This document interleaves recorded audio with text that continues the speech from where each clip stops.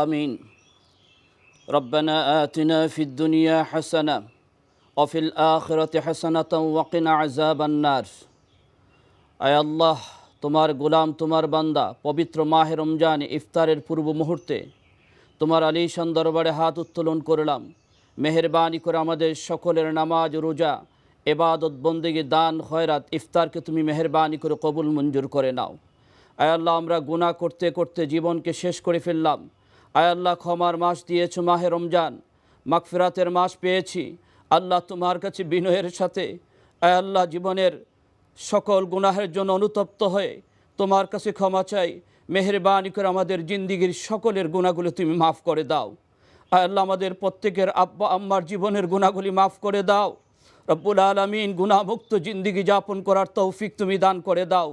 আয় আল্লাহ, দীর্ঘ 1 বছর অপেক্ষায় থেকে মাহে রমজান পেয়েছি, ক্ষমার মাস পেয়েছি। আল্লাহ, তোমার কাছ থেকে ক্ষমার আবেদন, মেহেরবানি করে আমাদের সবার জীবনের গুনাহ মাফ করে দাও।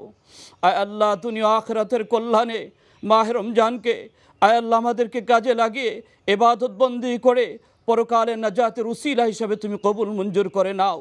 আল্লাহ, মাহে রমজানের প্রত্যেকটি রোজা তাকওয়া রোজা রাখার তৌফিক তুমি দান করে দাও। তোমার হুকুমের কাছে মস্তক অবনত করে চলার তৌফিক তুমি দান করে দাও। আল্লাহ, যে যেখান থেকে আমাদের এই দোয়ার সাথে আমিন আমিন বলছে, আল্লাহ প্রত্যেকের দোয়াকে তুমি কবুল মঞ্জুর করে নাও।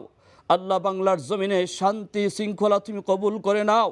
আল্লাহ, এই দেশকে নিরাপত্তা দিয়ে আয় আল্লাহ তোমার রহমত দিয়ে এই দেশের উন্নতি অগ্রগতি আয় আল্লাহ আমাদের জন্য তুমি কবুল মঞ্জুর করে নাও। আল্লাহ, নিয়মিত প্রত্যেকে নামাজ পড়ার, রোজা রাখার, আল্লাহ তৌফিক থাকলে হজ করার, আল্লাহ সম্পদের জাকাত দিয়ে আয় আল্লাহ তোমার মৌলিক ইবাদতগুলি করে তোমার হুকুমগুলি পালন করে চলার তৌফিক তুমি দান করে দাও।